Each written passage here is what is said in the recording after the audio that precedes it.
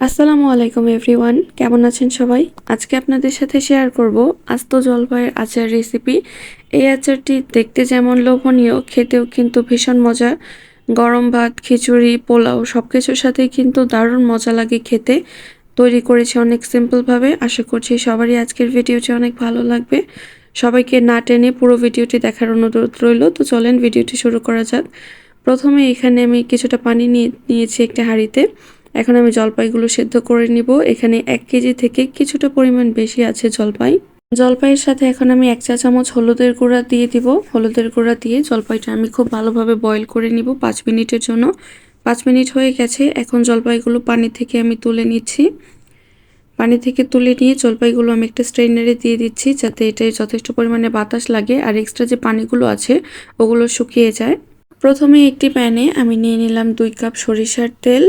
সরিষার তেলের পরিমাণটা একটু বেশি ইউজ করতে হবে এই আচারে, কারণ জলপাইগুলো তেলে ডুবে থাকবে। তেলটা যখন কিছুটা গরম হয়ে আসবে তখন দিয়ে দেব 1 চা চামচ রসুন কুচি এবং 5 থেকে 6টি শুকনো মরিচ। শুকনো মরিচ আমি এখানে চিড়ে দিইনি, আস্তই রেখেছি। দিয়ে দিব 1 চা চামচ 5 ফোড়ন। একটু নেড়ে চেড়ে নিব। যখনই তেলে এরকম ফোড়ন চলে আসবে আমি এখানে রসুন অ্যাড করে দিব 1.5 কাপের মতো। আমি একটু বড় সাইজের রসুনগুলো ইউজ করছি এখানে। জলপাইয়ের এই আচারের সাথে রসুনগুলো কিন্তু খুবই ভালো লাগে খেতে। এখন এখানে দিব সরিষা বাটা। এখানে আমি সরিষা, সামান্য একটু রসুন, কাঁচামরিচ এবং লবণ আর ভিনেগার দিয়ে ব্লেন্ড করে নিয়েছি। এটাও এখন দিয়ে খুব ভালোভাবে মিশিয়ে নিতে হবে। সরিষা বাটাতে কিন্তু পানি ইউজ করা যাবে না, তাহলে আচারটা নষ্ট হয়ে যাবে। অবশ্যই এখানে ভিনেগার ইউজ করতে হবে। তো এখন নেড়ে চেড়ে আমি সরিষা বাটা খুব ভালোভাবে তেলের সাথে ভেজে নিব। এখন এখানে অ্যাড করব 1 চা চামচ হলুদের গুঁড়া আর 2 চা চামচ মরিচের গুঁড়া। ঝালটা যে যার টেস্ট অনুযায়ী দিয়ে নেবেন। আর লবণ দিয়ে দিলাম 1 চা চামচ। মিশিয়ে নিচ্ছি। মশলাটা একটু সময় নিয়ে কষাতে হবে। দেখতে পাচ্ছেন অনেক সুন্দর একটা কালার কিন্তু মশলাতে চলে এসেছে। এখন এখানে আমি জলপাইগুলো দিয়ে দিব। জলপাইগুলো দিয়ে খুব ভালোভাবে নেড়ে চেড়ে নিব তেলের সাথে।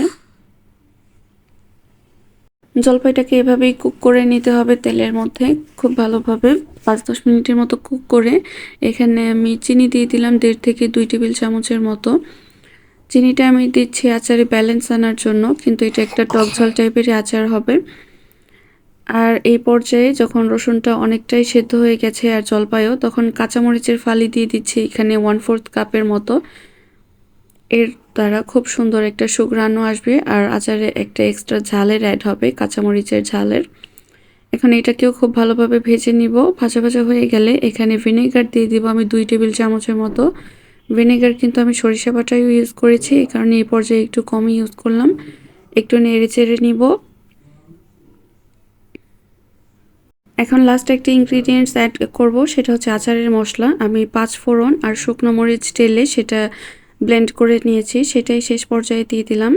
আচারের মশলাটা দিলে আচারের কিন্তু খুব সুন্দর একটা সুঘ্রাণ আসে। আর এই পর্যায়ে সামান্য একটু বিট লবণ দিয়ে দিলাম।